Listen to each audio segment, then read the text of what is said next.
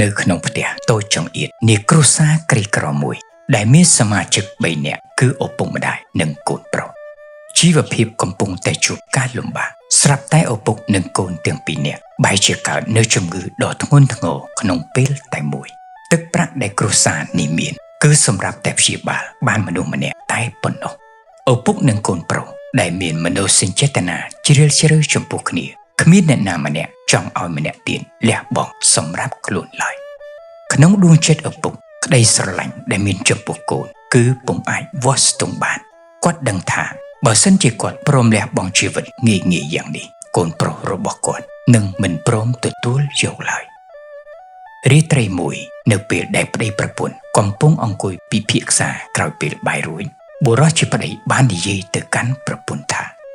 បងសម្រេចចិត្តត្រូវតែព្យាបាលដើម្បីជីវិតបានរស់ព្រោះបងត្រូវចិញ្ចឹមគ្រួសារនេះតទៅទៀតអូនត្រូវចំណាយលុយដែលបានសន្សំទុកយកមកព្យាបាលបងកុំសោកស្ដាយអីណា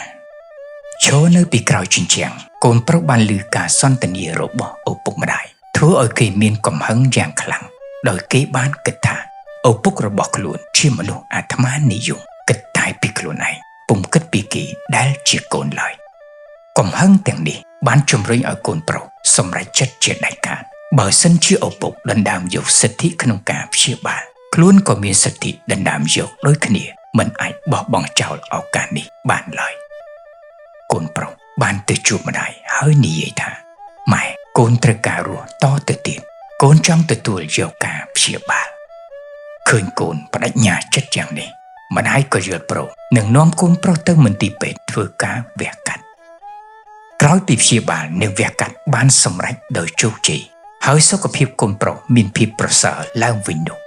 ឪពុកកំសត់ដែលសម្រាប់នៅផ្ទះព្រោះគ្មានលទ្ធភាពព្យាបាលបានសម្លឹងឃើញទឹកមុខកូនប្រុសរីករាយសប្បាយចិត្តគាត់លួចញញឹមតែម្នាក់ឯងទាំងជំងឺកំពុងតែរាតត្បាតយ៉ាងធ្ងន់ធ្ងរក្រោយពេលដែលឪពុកបានស្លាប់ទៅម្ដាយឃើញកូនប្រុសហាក់ដូចជាគ្មានភាពស្រណោះសោកស្ដាយឬក៏បង្ហាញនូវភាពអាឡោះអាល័យចំពោះឪពុករបស់ខ្លួនសូម្បីតែបន្តិច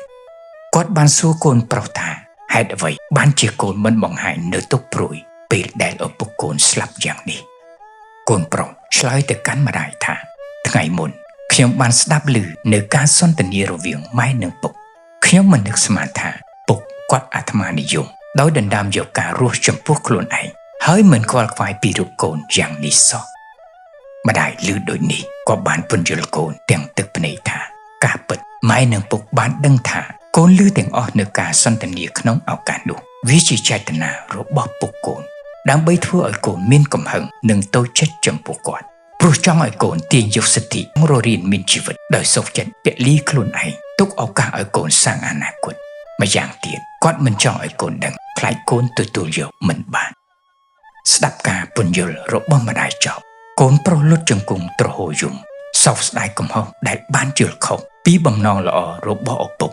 ហើយវាក៏ជាវិបដិសារីដែលរូបគេមិនងាយដឹងបំភ្លេចបានក្នុងឆាកជីវិតជាលើកទី2ដែលឪពុកបានប្រទានមកដល់ខ្លួន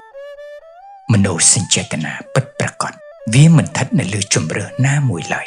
ឲ្យតែជម្រើសនោះអាចឲ្យអ្នកទទួលបាននូវក្តីសុខក្នុងអារម្មណ៍អ្នកត្រូវតែហ៊ានធ្វើដើម្បីមនុស្សជាទីស្រឡាញ់